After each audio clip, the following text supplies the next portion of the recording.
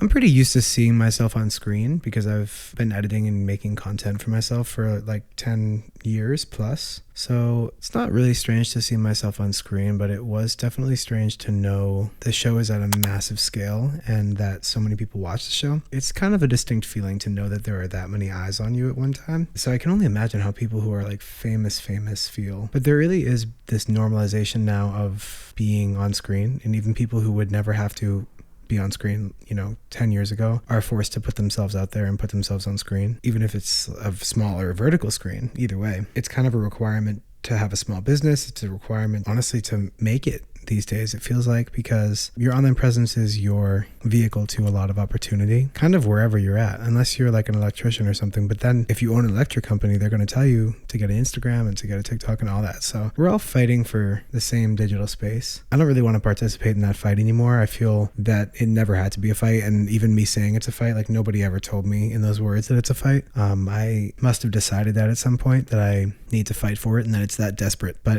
it's really not. Obviously, going on TV, my job was first and foremost to sing and sing well, but it's no secret that people are motivated by stories. Part of my job on set was to present a good enough story to stay and to work for the network, for the narrative of the show in general. And luckily with The Voice, it's a happy narrative, and it's one that doesn't try to tear anybody down. I didn't see it on set, and I haven't seen it when watching the show either. So I feel really lucky that their intention was to portray all of us in a good light. But I definitely had feelings of wondering if the story was interesting enough and wondering if you're compelling enough. What prompted those new feelings, which I don't usually feel as pervasively, was probably knowing that there was going to be 5 million people watching. It caused a lot of internal discomfort and made me think about how I present to the world in general and how people perceive me. So in this episode, we're going to talk about being perceived, whether it's in person or on a screen, and trying to shape your perception and trying to control your perception and not really being able to do that. It's kind of impossible to do that, turns out, because everybody's going to see you from their own angle and you're going to see everybody else from your own angle. And that's a lot to understand and grapple with, but let's try.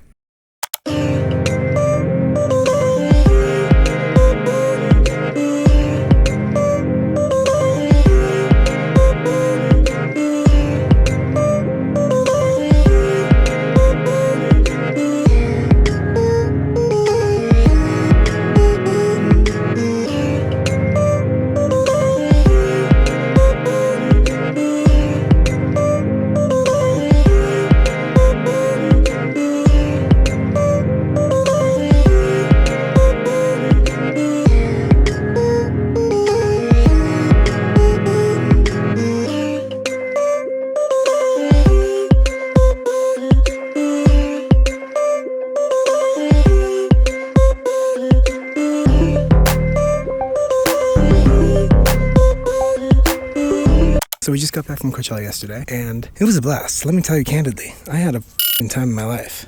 All the things that people say about it are true, impossibly hot, influencer hell, and it's so fun at the same time. Like, multiple truths can exist at the same time. I just had a blast. People definitely are there to be perceived. I think a good amount of people go to be seen, to have the status symbol of I went to Coachella and looked good doing it. That definitely does exist, but there are a lot of people who are just there for the music, and so many people are working it too, and there's so much expression happening. I just wore stuff that I thought looked cool and felt comfortable for the most part, so I wasn't too deep in it, but I mean, people go all out. It's like drag sometimes what people do, and to do it in the desert at 100 degrees is very impressive, but I loved it. I thought by the end of it I couldn't even see clearly anymore, because I'm like, everybody is a bad bitch, everybody's hot as fuck, and everybody's cool. By the end I didn't really perceive anyone, and I definitely didn't have any idea of how I was coming off. It was nice, it was good to do that. It was kind of a vacation from my brain and from my social anxiety. I felt very at ease the whole time. That sort of loss of attachment to how I was being perceived, it made me think of the Johari window, which is this exercise that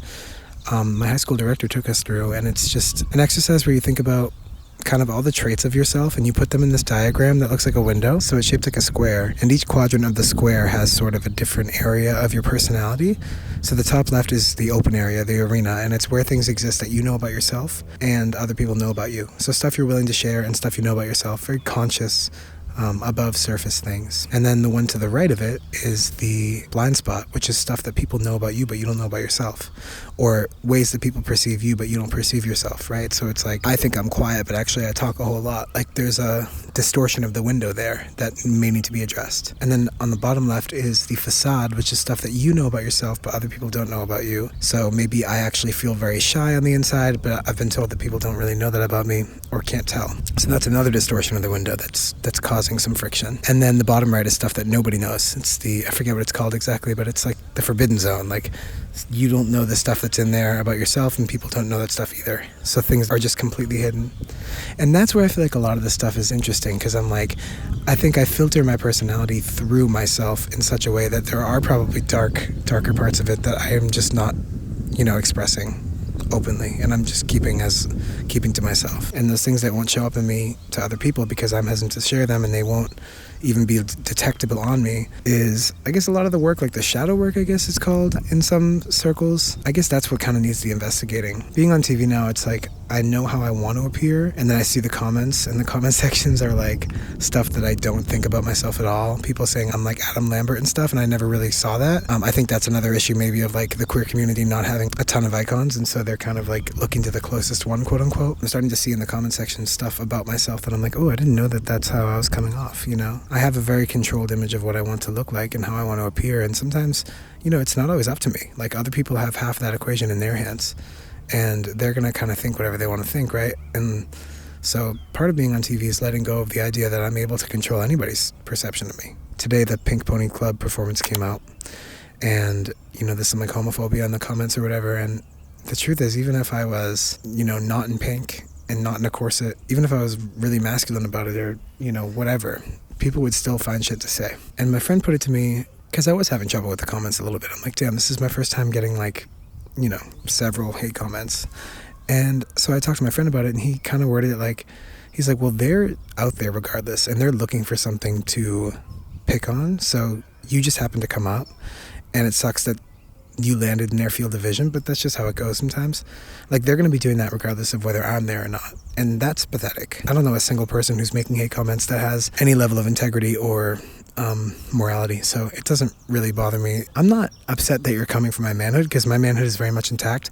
I'm upset that you think that way, because it's like a sad way to think, and the idea that people in the world have those thought processes is like a little too much to handle right now. So I get depressed when I look at hate comments, not because I'm like actually internalizing them, but because it sucks that we live in a world that breeds people like that. I'm not always going to perceive myself in the same way that people perceive me, but that's fine, and that's more than fine. It's actually great. This is the Griffith Park Zoo, the old Griffith Park Zoo in LA, and it's gorgeous, and I'm having a great day.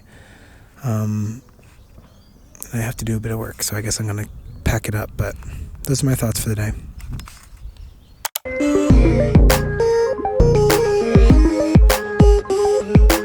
Wow, where'd you get that from? Amazon.com. Amazon. Yes. She's trying to buy TikTok right now. Oh God, please, the horrors. I was gonna be checking out your mobile app. Oh, I got no mobile app. Thank you. I can help you. Do you know what you want? Yes. Can I have the number 8 screen, please? Oh, Pepsi. Medium. Oh, yeah. That's all. Thank you. Wow. This is the Don't voice. stop. Ah! The deeper the show gets into like the rounds, the more triggered I am watching it. I don't know, like feel this. like I don't know what it is, but my body has a physical response Yes. to these episodes. Yes. Like the blinds were cute. The battles I were love cute. blinds were so fun. Yeah, the battles fun. Yes, fun, It's cute. but a little with a taste of like, oh, I'm Yes. scared. Yes, a taste of scared. And now knockouts scary. Petrified. No, it's scary. Like I wake up in the middle of the night thinking about it. they're more spooky as we get into the competition. I couldn't agree more. And also, I couldn't can agree more. like see my mental state physically in my body. Me too. And I'm like, oh, I don't like her. Yeah, she needs to go. She was not okay. No. Literally, we have not seen this one out again. Right? So you and Britton are next week. Yes. Okay, and you sang, what did you sing? I sang Love Like This. Yes, by Faith this was a Evans. good one. I'm scared. No, I feel like you really ate this, though. I think I did too. I remember John saying specifically that this was the best thing, performance that I did on the show. Yeah. And I was like, okay. You can only go up from here. That's what I'm saying. And I'm anything like, John says, I take that very seriously. Actually. no, same. Because he has a way with words. What did you say for knockouts? I sang Forever Young. Oh, yeah. Not the right choice. I'm excited. I did win, so it's fine, but... And your knockout partner was Darius. Mm-hmm. And he... Oh, what did he sing? American Boy. With a tutu. Yes. Which got ripped off. Yeah, I was going to say, I think he took it off, He too. took it off. Oh, man. You want to talk about being perceived and being afraid of being perceived. That man is not afraid of being perceived for a second. He doesn't. He's like, please perceive me. Like, I haven't seen photos of myself, but I just was looking at like selfies from the time and stuff and like looking for stuff to post. Mm-hmm. I'm like, this is a really tough time for me.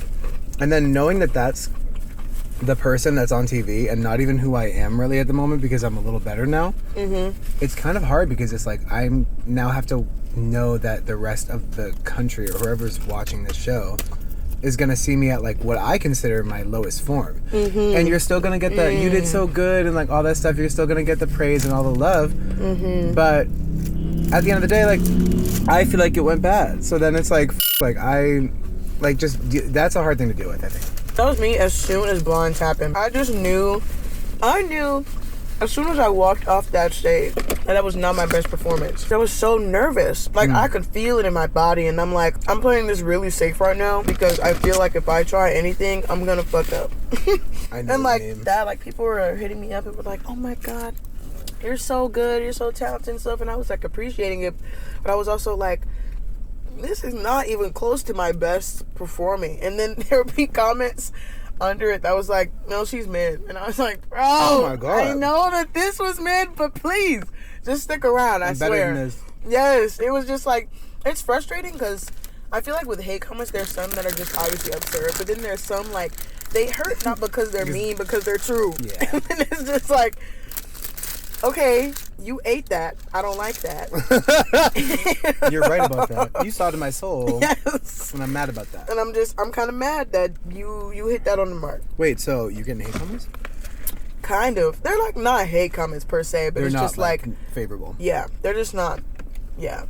Battles was funny though, because everybody was like, she's off tempo. And I was like, no, I'm not. Watch your I was like, first of all, that was a choice. I'm like in a different pocket. You're in a pocket. I'm in a different pocket. I was also nervous. Literally. Saying that also, on that stage, it is really hard to hear. Oh, of course. So like, I was like, guys, whatever. And it was just funny reading it because then other people were like commenting back and being like, there was one person that was going and replying to every single comment. It was like, it's syncopation. Okay, period. Like, no, we need that girl because I'm not gonna be the one. I'm not gonna be the one to prove you wrong. But here's what's going on. You are wrong. Mm-hmm. I can't tell you that because I don't think NBC would love if I'm like answering the comments, and also because I don't have the time. Meanwhile, I do have the time because I'm looking at it. So many. I said thank you, but I was not gonna come for anybody. Some people was like, I didn't like this. And I would literally comment like, I didn't like this? I would be like, oh, my bad. I didn't like this is crazy because, okay. Like, that dead end. Like, there's nothing else to say after that. At least call me ugly or something. Then you're like, then there's something there. Yes. Then I don't feel like you wasted your time. I didn't like this. Why are you still here? So if you're on reality TV, they have a story to tell. And that's important.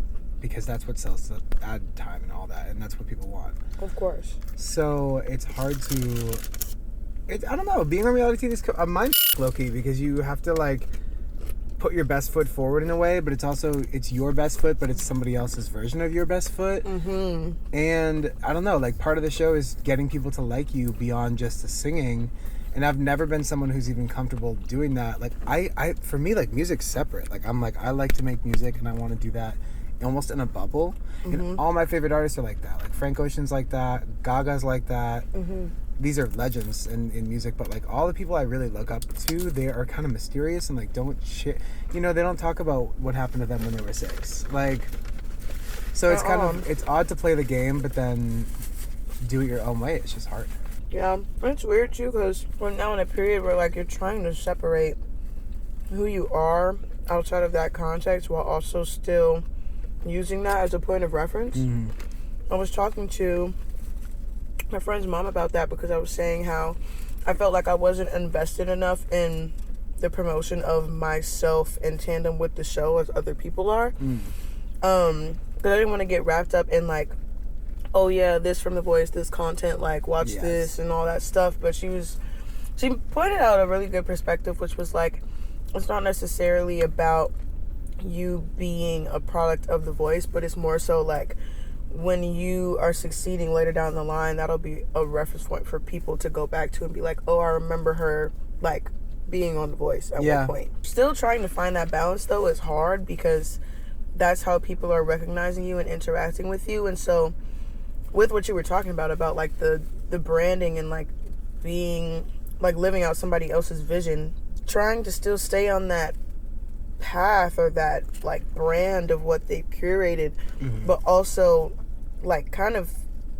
like baby feeding people into what you actually are. And like you're not gonna know if that translates properly until it does. So it's just kind of like shooting at the stars. And like for me it's like I'll post stuff about The Voice and people are loving it, and then I'll post like just stuff about my music and stuff, and like it's getting engagement of course just because of the show, but that separation I think is not there, and I don't think it will be there for a second just because it's still happening. But it kind of fucks you up because it's like, will I ever be rid of this? Like will people ever think of something else when they see me? Well, this is also the thing. People think that I have made it, girl. Like, my mom's friends think that I am No shame. Billie Eilish. No shame. Genuinely. And I'm like, that is so... I love that. I think people really respect the institution of The Voice. Rightfully so. That's an acceptable form of success for them to be like, she's doing it. So... and I notice this too, when I post stuff that involves The Voice, people get really hyped about it and engage with it a lot. And I'm like, yo, I've been doing this for 10 years. No. I haven't heard from any of you before. You've all been following me this whole time? Well, that's crazy because I never see y'all. The amount of people who DM'd me, like, coming out of the woodworks. And it's like... is insane. This doesn't, like, for me, going on The Voice is an awesome thing. I've felt as successful in doing other things in music before this. Like, because success to me isn't necessarily like the size of the audience or whatever it might be. Like, I've made albums. I've like produced from head to toe albums. I've like managed a career successfully for 10 years, somewhat successfully. I've hired a band. Like, I have done so many things and I'm like, this is the thing for y'all that makes it work. And I get it and I love that. But it's also hard to fight. It's hard to not say the thing that is true, but also makes me unlikable, which is like, I've been doing this for a long time, and like I'm annoyed that this is what it took. I'm glad this is happening, but like, damn, like this was the easiest gig I ever did, low key. All I had to do was go sing a little bit. Literally, it's one of those experiences that seem unattainable, and so I feel like people get really excited about it because it doesn't really happen often to people.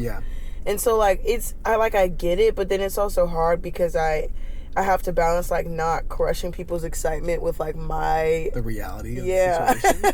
Because I'm kind of like, I get you're excited and this probably is really cool, and they're like, oh my god, you're on TV, like I can't believe you made it, we always knew you'd be successful. I'm just kind of over here like literally having $10 in my bank account, like what? Okay, I'm trying to figure out. I don't give a fuck. I'm on TV right now, like no lie. I can't even watch it because I'm working. I'm in class. I'm in class when it airs, and I catch the end of it, and I gotta watch it the next day on Peacock for everybody else. We're literally watching it with the rest of America. Yeah. Oh yeah. People are like, you didn't get to see it beforehand? Oh no, baby. It's the first time. We are watching it with y'all. We are experiencing it with you, America. Yeah. I've not seen any of this. And if one more person's like, are you on Monday? I don't know.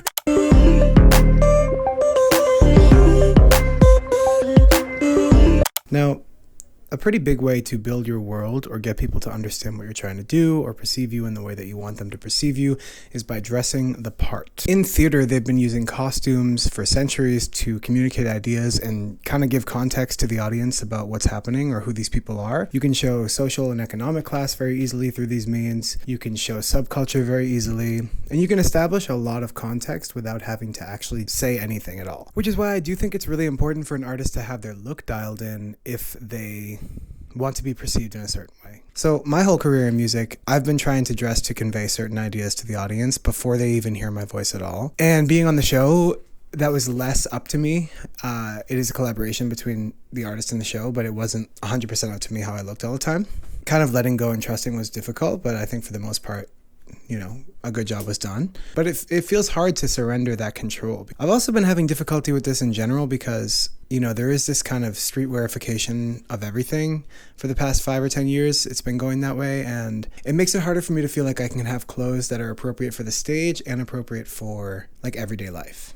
And I don't have a budget to be getting like a whole costume wardrobe and then a whole day-to-day wardrobe. It's just not possible for me. So it's made things difficult because I want pieces that I can have versatility in, pieces that I can wear on stage, and pieces that I can also wear to get a coffee down the street. And I also want it to feel true to myself and to other people. I want there to be a level of honesty there, so it doesn't look like I'm in something that I don't belong in or don't feel comfortable in. I want it to be new and fresh and modern, but also timeless. There's a lot of adjectives that I'm trying to get out of the look, right? And it's just very difficult to do that. So I figured today I'm going to kind of take apart my closet a little bit and try to put together 3 looks that I would be happy to wear on the stage with my clothes, which currently lean far more towards like day-to-day life. As a gigging musician, I have sort of corporate gigs that the expectation is that I dress a little more straight-laced, and then I have gigs that I'm playing my own music at where it's up to me whatever I wear. And I have a tour booked in August. So it's just been hard. I mean, like, there's this thing that happens when you pick a look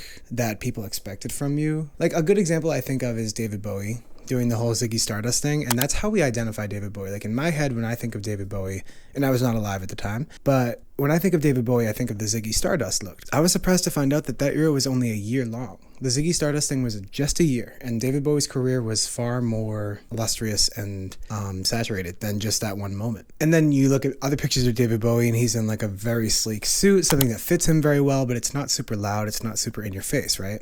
Artists are sort of following and leading trends, and David Bowie, the Ziggy Stardust era, aligned with a very loud and colorful time in fashion, and then when he came down to the more chill but very sleek, sexy suit thing, it was kind of the late 70s when things started to chill out. At least that's my understanding of what happened there. I was not alive, so if you have more insight and you were alive, maybe come for me in the comments. But it's also similar to Charli XCX, where like her style is pretty chill. Like, it's not like Gaga. Her style is not like every time she leaves the house she looks like a piece of art. She just looks cool all the time. There's this kind of like general thing in society at large right now that feels like people are moving in more of a direction of just trying to look cool and look chill and like they could go get a coffee in this, as opposed to, a dress made of meat. But I grew up in the dress made of meat era, so it's kind of hard for me to like adjust to this new societal expectation. And not that I even should be adjusting necessarily, but it's also adjusting to what I want to do. And I used to think like, oh, if I ever got a platform, like I would really want, like every single time I left the house, I would want to be in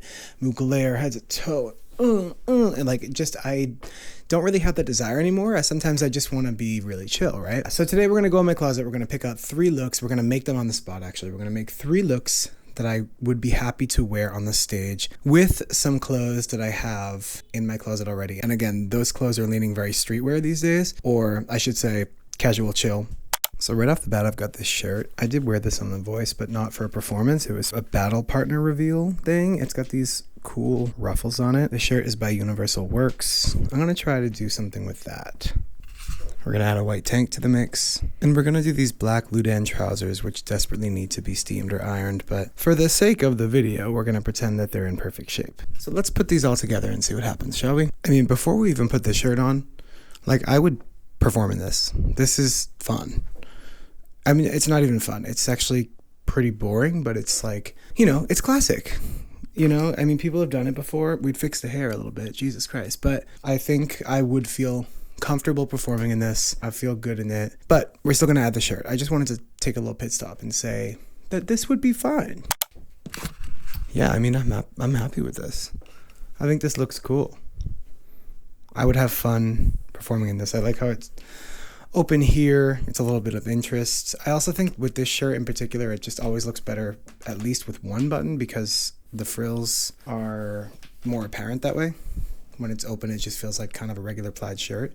But I like this. I'm into this. I think this would be fun to Coachella, can you hear me? I just think it would be fun. So I actually find this red top from Intimissimi. It's a women's brand. It's like a lingerie brand. It fits really cool. I like the way it looks, but it's hard to style. I think red is hard to style, kind of in general actually. But this cut is also hard to style. I never really know what to do with the bottom half. I think this looks cool. Again, my fly girl. Big fan of these pants. And I would wear this on stage, I think. I would probably accessorize it a little bit though. Yeah, I like the dog tag vibe. Okay, I'm gonna put some shoes on it and then we're gonna photograph it, baby. Okay, whether or not I would actually do this is up for debate because these shoes are horribly uncomfortable, but these are my stripper heels, baby. These are from Cyro, which I think is no longer a brand, actually. I think they've closed, but they have really great boots. I have a few pairs of their boots, and there's a little penis on the bottom of each boot. So, clump. I love this. I really am obsessed. I love this shirt. Goddamn. And you know, I've been doing my crunches. This one you can't see the bottom of yet, which is kind of the star. The top is just a pretty plain button-up shirt, but it has these cool textures on it that I really love. But the bottom is a kilt, and I really like this. Now, whereas the last one I would probably do for something a little gayer, like I would wear it to like my New York show. This one I would probably wear if I was just trying to chill out a little more and just be a little more like free and easy in my body because everything fits looser. So it's just a more comfy fit.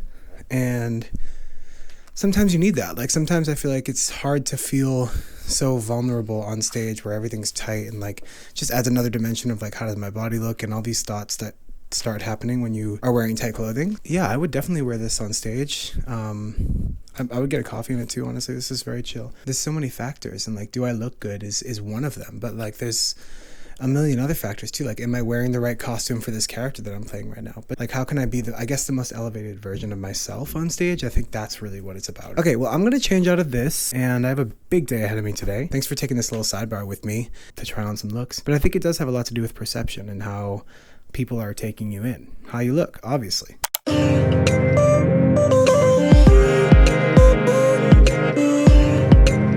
It was never even my intention to really be on a reality show. That never even occurred to me until the audition popped up somewhere online, and I just chased that path until it started going badly, and it never started going bad. So that was great. I don't think I could ever do something like maybe like a Love Island, because knowing that you could be humiliated at any time, and it's kind of the job of the show to humiliate at least one person. I know those producers are just going to get what they're going to get. And like that scares me a whole lot more than something like a competition show where you're going to showcase a skill, and it really is about the skill. It's not about like messy personalities. I don't think I have a messy enough personality to do it. I don't think I'd be compelling on Love Island at all. But let me know how you do on Love Island, everybody. I would love to hear your thoughts on how you would perform in that environment, because some people are blessed with the ability to lock into that very specific mood. If you are looking to potentially go on a reality show, here's some things that I've learned from being on one. First thing is that you should wait as long as you can to do it. As long as you can is going to differ from person to person, but I would say just wait until it really feels like the moment to do it, or like the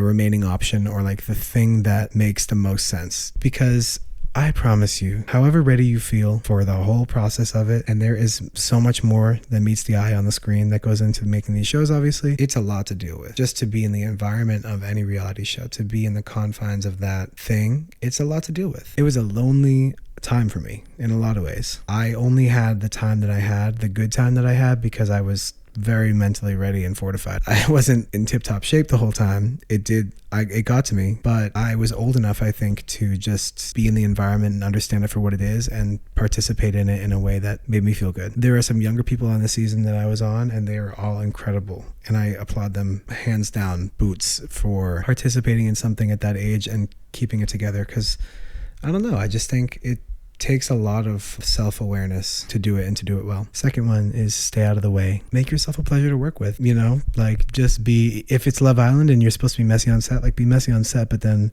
talking to the PAs and stuff, keep it together, girl. I express opinions sometimes, and that's okay. I was obviously respectful about it, but it is a pressurized environment, and so I think like it can be easy to kind of get lost in emotions, and the people I saw that did best stayed out of the way, honestly, and just didn't allow that to with their experience. I think we're all very lucky to be in the group that we were in because we were all very much there for each other, and it felt very non-competitive. There were some good relationships formed and everything. So people did have moments, and like we all had moments, and they were handled with care when they happened, when they came up. Yeah, the people I saw best just kind of did their own thing and like weren't always present, you know, unless they had to be. That was kind of my perception of it, and I tried to just be in my room. I did try to stay out of the way. That carries over to the next point, which is try to enjoy it, and I wish I did a little more of that. I wish I honestly stayed out of the way a little less.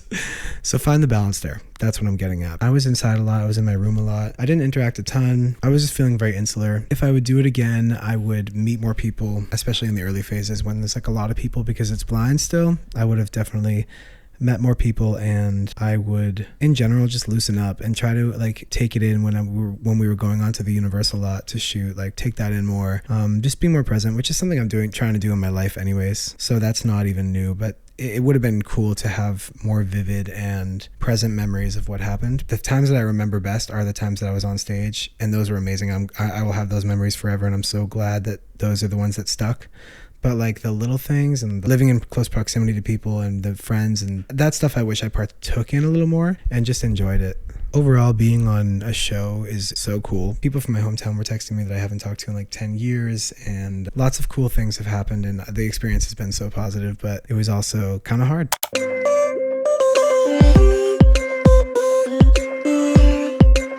I used to have this idea that in order to make art, in order to make pop music specifically, I needed to have this sort of character and develop a persona for this alter ego of this person that I thought was going to do better than me somehow when presented to the public. And I realize now that that thought process, which I just recently stopped partaking in, that thought process is really just like a defense mechanism against actually being seen as a person. For me, like nobody knew my name. I didn't need a character because they were being introduced to somebody for the first time regardless. I guess I thought I needed to have this whole thing up between me and other people, and now I think that need is definitely dropping for me, and it had to, because I'm on YouTube talking about my life and talking about like my relationships and talking about being uncomfortable and redoing my house and shopping on eBay and like making content of just very human shit. And because that's all I really can do, really budgetarily. If I had a bigger budget, we'd be making films that were much more arty and produced, and maybe I could hide a little bit, but it's not really like a luxury for me to hide right now. I would love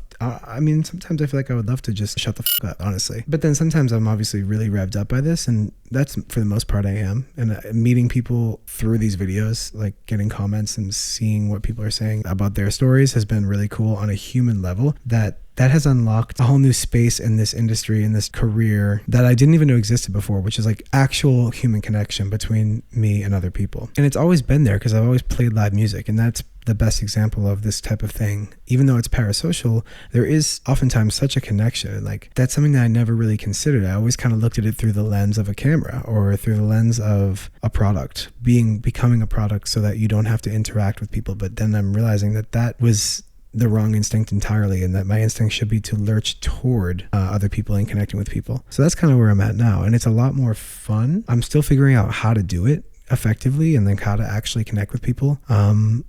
I've played with a lot of ideas in terms of retaining some of the people that I'm getting to pay attention to me from the show. I don't really know how to do that still. I'm still workshopping stuff, and if you have any ideas, hit the comments up, please. And also, I'm just going to keep trying different stuff and see what sticks. But I want to facilitate a more open connection between me and people who either like watch the channel or like my music. And the mystery is cool, and that's what I always wanted, but it's sort of like a lost art, and I can't really even imagine somebody doing the mysterious thing and getting big from that anymore. I think the last person to do that was like Frank Ocean, because now that we have this access to so many artists and so many people, I think the public feels sort of entitled to get that inside look. And So it's kind of it's part of the formula for how you make it in this moment. And I'm sure that's going to change, and it already is. And as I speak, it's changed. But I am curious to see what the future looks like there, and if it goes back to like the mysterious thing. But I struggle to think of anybody being able to do that now. I think that would be really hard to get done. This expectation that we're kind of available all the time has led to a lot of cringe content.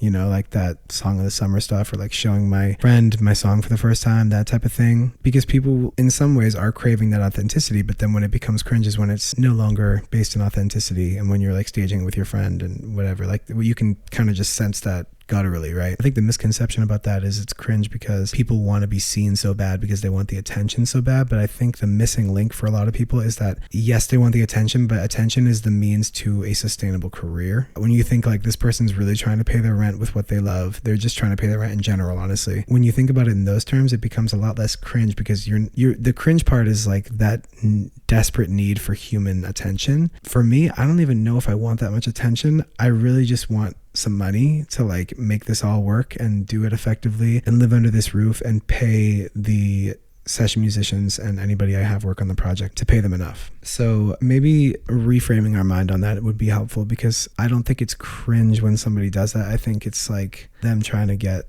their bag, and that's okay. I find that I'm too meticulous about my content sometimes, and that I'm too worried about being cringe that it becomes stale or just not very interesting. And the humanity is what people want to see. And I don't know, how do you show humanity to the world without feeling ugly about it when everything is telling us we're f***ing hideous? Like every commercial you turn on, it's either you're sick, here's a pill, or you're hideous, here's a cream. Like those are the two options. So how do you not hate yourself? Like how is that possible? So then it becomes this kind of internal argument about, am I telling the truth or not? And the more I listen to music and take in art and get older and understand the world a little better, I realized that the most compelling things are just the truest ones. True crime, or like the movie Fourth Kind, shook me to my f***ing core, because the first words based on a true story, that's so much more compelling. Even the notion that it's true, which is why you have a bunch of brands trying to be as authentic as possible, because it appeals to people. That truth appeals to people. So what is the truth? For me, I'm like, okay, I really like community. I like small community. So I would love to play shows that feel small, even if they are bigger. I don't want to play tiny shows with nobody in them. I'd like to play smaller rooms a lot because I love it so much and I want more of that interaction in my life. So that's very true for me. True songwriting is really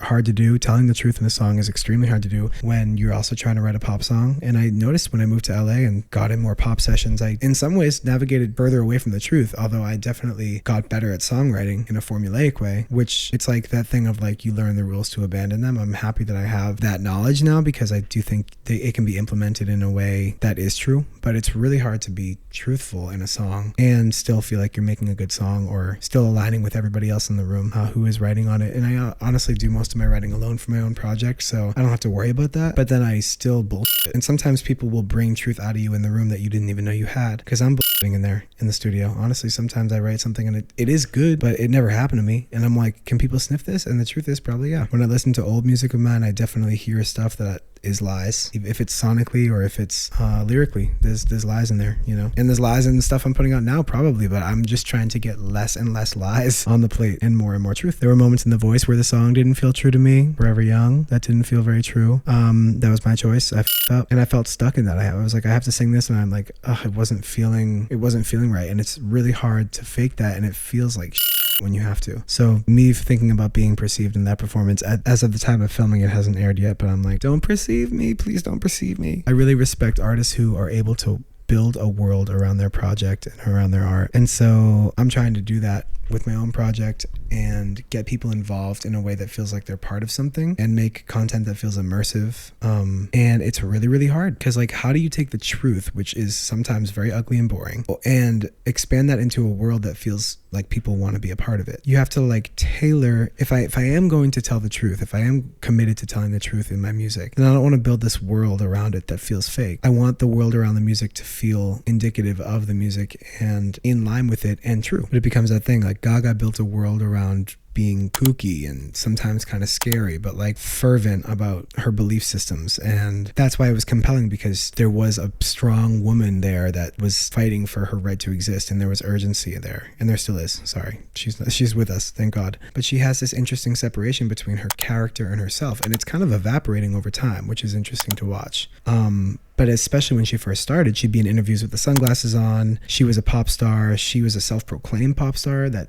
became a pop star because she said it enough. When I'm building my own world, though, I struggle because I'm like, I'm trying to be really human. So how do you build this theatrical world around just humanity? But that question excites me so much. So it's not a bad thing. It's just a confusing part of my artistry and my life that I'm not really fully clicking with right now. But I guess really, even thinking out loud about it, I'm like, okay, it is the connection to people that is the thing, and good music does that. So if I make good music and keep things simpler, then the music will reach people, that will connect with people, and then I can find actual in-person ways or even digital ways to connect with those people, so that they didn't just connect through the music, they also connected through actually knowing me or getting pieces of me, or in whatever form that might take. When you're world building, you're kind of just taking a brick and laying it, and taking another brick and laying it, and just adding context around your stuff and around who you are as a person. So it's really kind of about context, and every detail matters. In the theatrical production, there's productions of Rent that use like a full set, and then there's productions of Rent that use just scaffolding, and that informs so much about how the audience is going to feel watching it and what they're trying to say with it. I guess I'm realizing that the world I'm building includes all of this vulnerability and humanity. It's not perfectly polished, because that's not who I am. So it would be inauthentic and not truthful for me to present completely perfectly polished.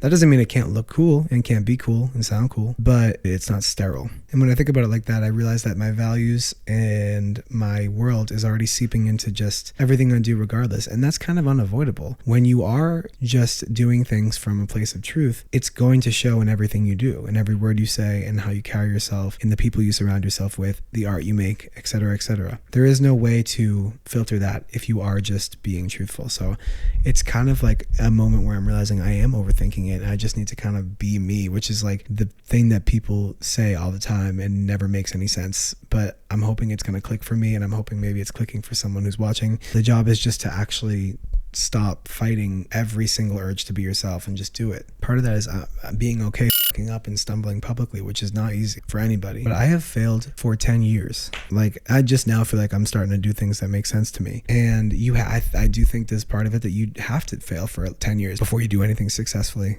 especially music. I think it's hard. I mean, there are exceptions, of course, but you don't need to be a 21-year-old pop star. You could make music in your 30s, and that can be cool, So yeah, the idea of like taking a character and putting that between myself and other people in the audience, it doesn't even feel like I could do it, because I'm so out there, because I'm on every social media. I'm making videos 3 times a month, and it doesn't feel possible for me to peel that back now. In the future, I hope to go into like an era of very quiet drinking kombucha on a lake in Maine. Not Maine is very scary. Vermont. It's just interesting because I titled this section in the notes, Me versus Character. And even just the word versus there, is insane. I'm fighting it. This is how I started the video too. Okay, I guess I'm fighting. I'm choosing a lot of fights for myself that don't need to be fought. And the more I'm fighting against myself, I'm getting in my own way. I'm stopping myself from making things that people will love, hopefully. That is the worst thing I could do for myself, for the world, for anybody else. Nobody wants to see somebody fist fighting themselves. Like my social anxiety, when I get moments of intense social anxiety, I start boxing myself. For what? Nobody wants that. Nobody's asking me to do that. Girl, shut the up, put the gloves down, and have a fun time. In conclusion, so being perceived is scary as and it's also what I've chosen for myself and what a lot of us have chosen for ourselves. And if you're watching this, I assume, but I could be wrong. You might be somebody who is also on a journey of putting yourself out there. And I implore you to just keep on going, and don't be afraid to fuck up. Like, we're all fucking up. If you make something and it's not your best, that's okay, dude. It's fine. There are endless more opportunities to make the thing that is good, and everything you put out that isn't good is just another thing you worked on. You got better, and it was practice for you, and the game is coming up. So put your pads on and get out there, bucko. Being on the show revved me up so much. I never would have made this channel if I didn't get the kick in the ass of being on the show. I mean, I would be doing some version of this, I guess, but I never would have gotten this kick in the ass to be like, okay, you have to go out in the world and you have to really show yourself, because it's time. Everybody's ready to see you. Curtains are opening. Get the out there, it was in part exposure therapy for like, oh, you're scared of people seeing you? Well, here's 5 million people. I'm like, okay, that happened. A lot of people have seen you and you're alive and nothing bad happened. You know, maybe some comments, whatever, bruh. I'm so much more comfortable being perceived now. RuPaul says, your fear of looking stupid is holding you back. Your fear of looking stupid is holding you back. At the end of it all, it doesn't matter if you are the perfect statue of David or if you are Betty Ugly. What is her name? Ugly Betty. It doesn't matter if you're silly as fuck or serious as fuck. People are going to see you how they're going to see you. And some people are going to like the serious people. Some people are going to like the silly people. You're not for everybody. It's not your job to be for everybody. Nobody asked for that from you. Me talking to myself, like I'm actually, this is all to me. Putting yourself into the world is difficult. It's not for everybody. Not everybody should do it or has to do it or wants to do it. But if you are someone who's trying to make a career in the arts, if you're trying to make a career in social media, whatever it might be, you're going to have to get used to the idea of being perceived. And your fear of looking stupid is holding you back. I rest my case with the final words, which I wrote down. I believe in a lot of ways that it is your obligation as an artist to make things more beautiful for everybody. Thank you for watching Pasta Water. Again, I got a bunch of subscribers from a video recently, and at this point when this video is being posted, it'll be months ago, but I just want to say thank you so much for being here. If you're enjoying the content and if you are engaging in the content, let's have this relationship that I just talked about having on the video. I mean what I say. Send a comment or connect with me. My email is on my YouTube page, so send me an email. And I'd love to have some sort of dialogue where we can chat and where I can feature some of the things I receive in the videos. So those doors are open, those channels are open for you to go ahead and talk to me and get featured, or talk to me and I'll talk back. So thank you. Thank you so much for watching, seriously, and for perceiving me today. I hope you have a great one. Bye.